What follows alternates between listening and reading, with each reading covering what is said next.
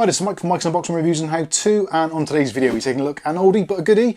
This is the Palette GTX 1060 3GB Jetstream Edition. Keep watching to find out more.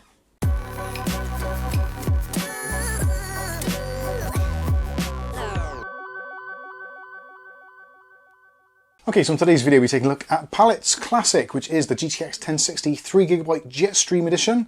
This was sent in to us by Ugly Bob. Thank you, Ugly Bob, for sending this over to us. This is somewhat of a blast from the past, and actually it is quite a way back in the past in terms of computing. So this is all the way back to some of the reason about August, September of 2016, I seem to recall, around that sort of era. And this was the kind of the lower end of the Pascal range of graphics cards. This is a great little card, and when it came out to a slightly negative press, because we had the 1060 6GB and then you had the 1060 3GB. Now you'd think generally the 3GB version is literally the same card but just slightly cut down RAM. That wasn't the entire story, so there were a few other differences which ultimately led to it having slightly less graphical prowess, let's say. But saying that, still a very good card and still sold by the absolute truckload. Average price for this, street price, you'd be looking at somewhere around about the £200 mark, around about 2017, 2018, and pretty much right the way through. Up until we had the little spike when the pandemic kicked in and everything was costing twice as much as it normally would. And these actually, at some point, weirdly, came out for a very short while for about £450, and then around about 200 all the way through. Then they dipped through to around about 140, 150, which is kind of what their realistic street price was towards the end. And then it zoomed back up again to about £300-400, which is absolutely insane. But people just wanted to get graphics cards, and they were prepared to put up with slightly less performance than they had before.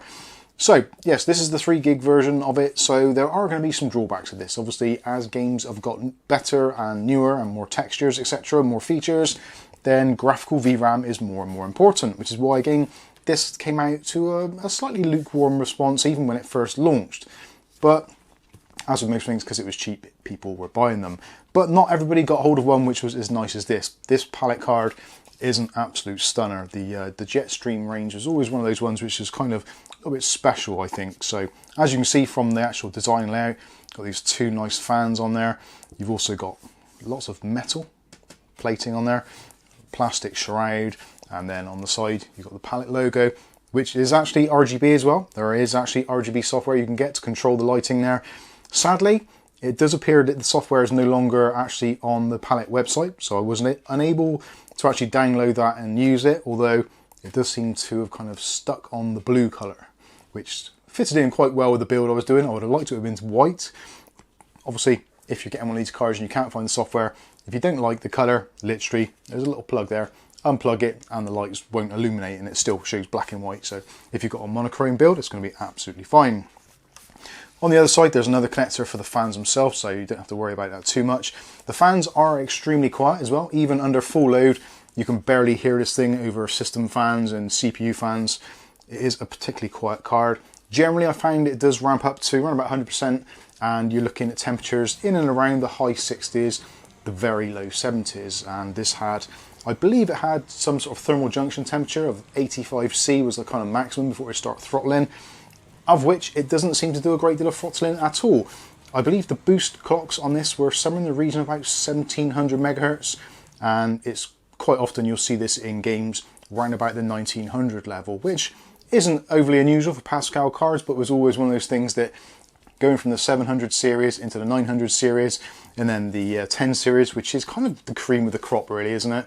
We look back pretty fondly on the 10 series graphics cards, but yeah, these were a very special breed in my opinion. When it comes to I/O on the back, actually quite a lot of I/O on these, considering the kind of low-end nature of the card. So you've got DVI-D, you've also got display ports, so you've got 3 display ports on there and a single HDMI. Other things of note on this particular card, it is a dual BIOS setup. So there's a little switch on the back there, so you can switch that between fan mode 1 and fan mode 2. Fan mode 2 is basically kind of silent mode, just slightly lower clocks, not a great deal. So yeah, you can use that to change the profile of the card ever so slightly. Although I did benchmark it and basically it was kind of exactly the same within a whisker's distance it was just considerably quieter. In fan mode or BIOS mode 1, I think the fans kick in at somewhere around about 40 degrees, whereas in the second one they don't kick in until you get to 60. So you can make for an extremely quiet PC. Taking it apart is pretty easy to do, and actually that is one of the things which were really nice about this generation of cards. Although this one does have a few extra screws, so a couple of screws at the end. You can remove this into plastic shroud in entirety, which shows off then the absolutely massive heatsink for its time, along with the 4 heat pipes in there. So you've got 4 heat pipes going through, and then obviously you can remove all that as well. 4 screws on the back, and all this pulls apart, and you can see the memory, etc. inside. Samsung memory on this one, as I think it was with pretty much most cards, and also you can see the die there. There's some close-ups of that. I'm pretty sure it was the GP106 300A1 was the actual processor, but yeah, anyway, you'll see it on screen anyway. I'm probably wrong, but if I am, please let me know in the comment section, because you know I love all that stuff. What else can I say about this card, really? It's pretty power efficient in terms of, for its time, with only needing a single 6-pin connector for the graphics card, which these days is very rare. I didn't actually take a look at the wattage that this was drawing, to be honest with you, and I'm pretty sure it's going to be somewhere around about the 150 watt mark. I will double check that, and if it's wrong I will put it underneath, but it was one of those things that at the time when this came out, back in 2016, 2017, and the early part of the 20s, people didn't really care about energy usage. That has only become a thing of the last sort of year, I guess, realistically. Before then, we'd quite happily put a card in there that swallows 400 watts and we'd be like, whatever. But now we do tend to look at things with a little bit more caution, because obviously electricity costs a lot more, at least it does here in the United Kingdom. Maybe it does where you are. So overall, yeah, really nice little card.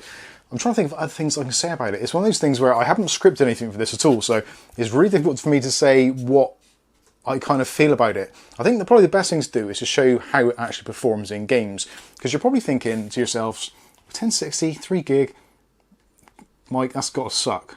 And surprisingly, no, it doesn't. So let's have a look at some benchmarking. So first of all, we're going to start off with 3D Mark, and we run through 3D Mark. I'm not going to show you the whole 3D Mark because that's just boring as all hell, but we're scoring somewhere in the region of about 4,000 points. I can't remember off the top of my head, but you'll see it obviously on screen. I'm sure it is about 4,100, although I did do another run which for some reason just didn't connect to the internet, so it didn't validate the points. But yeah, it's about 4,100 points, I believe. So pretty much what you'd expect to see for a card of this nature, and also with the processor, which is Ryzen 5 4500. When it comes to real world gaming, then there's only one thing we can start off with, and that is CSGO. We do like a bit of CSGO here, and as you'd probably expect, it runs really well. It doesn't take a great deal. All these games that are running, by the way, are going to be 1080p, either high settings or medium settings. If there's anything other than that, I will let you know, but basically it's going to be pretty much automatic what the system picks it up at, which generally is going to be 1080p high settings. So with CSGO, runs very nicely, averaging out around about 250 frames per second, so very smooth, very fluid, runs very well as expected. And I remember actually getting one of these cards back in the day, not far off of when it launched from, I think it was Zotac. I'm playing this game, and yeah, it's basically exactly the same as it was then.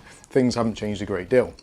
Switching gears a little bit to something slightly more modern, Cyberpunk 2077. Now this obviously is considerably more difficult to run, and when the game first came out it was an absolute terror on most hardware. But with this, I haven't gone for any of the crazy features like FSR or DSR or any of those resolution enhancements. This is native 1080p, automatic settings, whatever the system wanted it to do, which appears to be a combination of low and medium. And bizarrely, I don't know how, but we seem to be getting between 40 and 60 frames per second, depending where we are in the map. So if you're targeting 60 FPS as your minimum, maybe reducing a couple of settings, you could probably quite easily get that. Although, obviously, if you want the game to look a little bit nicer, then you could also target 30 frames per second and add a little bit more graphical fidelity. Obviously, it's your system, your card, your choice.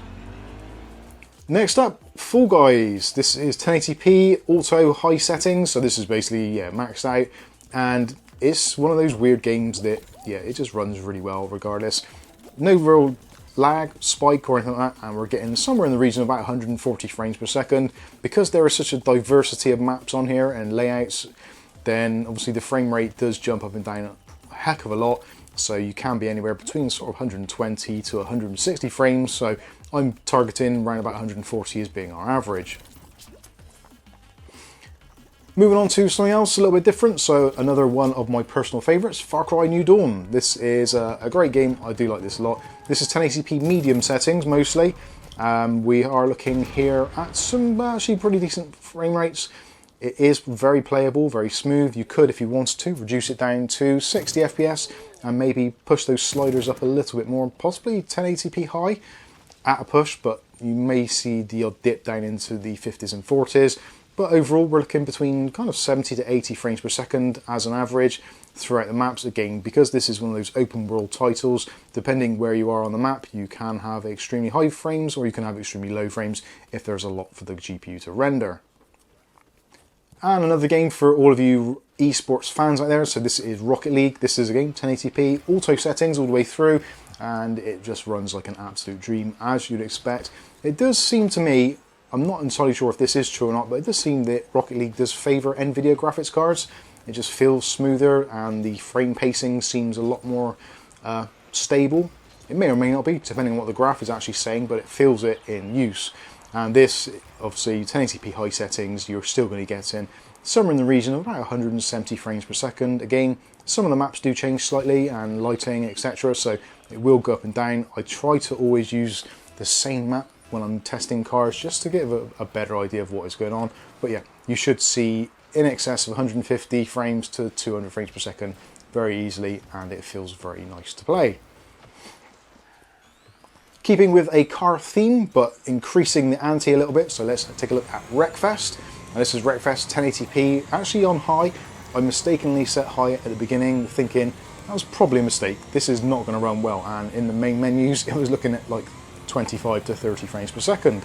But strangely enough, going into the game itself, and even with all of these huge vehicles in this particular map, we're still getting between 70 and 120 frames per second. It does peak and trough a heck of a lot on this particular game, but it's still extremely playable, and we're still exceeding the 60 FPS target, which is basically the kind of where you want to be looking for racing games to have some sense of fluidity. Another esports title, but one which actually has increased in graphical intensity over the years. This is Fortnite, so this is now on the Season 4, I think it is. Is it Season 4? Basically, we've got the new Unreal Engine, and it all looks very nice, and there's a lot of things you can tweak under the hood to get the graphical fidelity right up. This is actually running in DirectX 11 mode, rather than performance mode, which I think some people may prefer. If you're competitively playing this, then stick this in performance mode, and obviously it's going to run a lot better. Having said that, this runs at 1080p with auto settings, although I did increase the view distance to epic, which is something which I do all the time, and we're still looking realistically anywhere between 60 and 90 FPS, although I would say on average it's probably closer to 70 to 80. So still extremely playable, and anywhere over 60 FPS in Fortnite, in my opinion, is absolutely fine. Obviously, there are going to be some of you out there that want to target closer to maybe 120, 144, or even 240 frames per second because of your monitor and refresh rates. Obviously, like I said, if you want to reduce some of the settings down or use that performance mode, then you may well achieve that. And last of all, another one which we've thrown in the mix, which is something which I don't even know why I've thrown this in, but I have. This is Halo Infinite. Now actually Halo Infinite, when we started out, I actually crashed, and it said, sorry, we do not detect a graphics card which is capable of running this game, which is a limitation because this game does state that it requires a very minimum of 4 GB of VRAM, which this little palette only has 3, unfortunately. So yeah, it wasn't good. But after the initial crash, the game still loaded and allowed me to go in and tweak some settings. Not a great deal, although, again, no scaling whatsoever. This is native resolution, 1080p, lowest settings, and bizarrely, a relatively playable experience between 50 and 60 FPS. Mostly around about 55 frames. So for a first-person shooter of this caliber, if you're playing on a console, you're going to be playing at 60 FPS. So yeah, it's basically the console experience in your home on a graphics card, which costs very little here in 2023. So there's a look at some gameplay, and as we finish up there, discussing prices, like I said at the beginning, around about £200 is what you'd be looking to pay for this when it was out and kind of had been on the shelves a little while. That was the kind of normal price. After a little while, it did start to dip down to about £140. There is going to be some pricing information on the screen, which you can see, which is going to be obviously for UK from Amazon. But I did actually check out what they're going for at the moment on CEX here in the United Kingdom, which if you do buy one, you do get a 2-year warranty. So kind of pinch of salt stuff. It isn't as good as it's cracked up to be. It's basically they will give you back the market value of your card if they cannot repair it or replace it. So if your card in 2 years' time is only getting £5 for them as a rebate or like a voucher or whatever, that's effectively what they will offer you back. So yeah, you're not just going to get a brand new card. It's not a guarantee like that. So do look into CEX warranty very carefully. Make sure you know exactly what it is you're getting. Don't assume that just because you've paid £85 for your 1060 3GB that in 2 years' time, if it fails, they're going to give you £85 back. It don't work like that, I'm afraid. So do bear that in mind. Anyway, I think for £85, a 1060 3GB, if you have no choice and you want to buy a second-hand card, if it's under £100, it's very quiet. And it will play games. It will play pretty much all games, even the ones that crash on, they will eventually load in more cases than not. Although I do feel that the 3GB frame buffer or VRAM is a little bit limiting. So if you can stretch to the 6GB version, not only will you get slightly better performance, you'll also get more VRAM and a little bit more longevity. Again, something to go with the cut down version of this. This is running on a 192-bit bus, and I'm pretty sure the 6GB version was a 256-bit bus. So you've got more bandwidth, you've got more memory, it's just an overall faster experience. But having said that, this is still a great card, and massive shout out and thanks to Ugly Bob.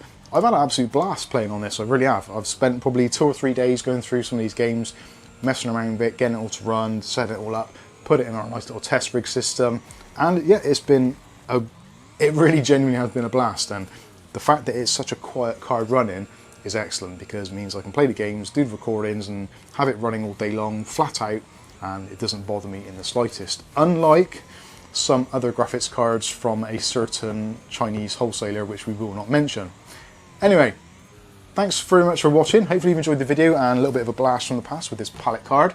If you've enjoyed the video, smash that like button. If you want to see more content like this on a daily basis, then hit subscribe and the chime notification and be notified of future video releases. But for now, I've been Mike. This is Mike's Unboxing Reviews and How To, and hopefully we'll catch you in the very next video. Thanks for watching.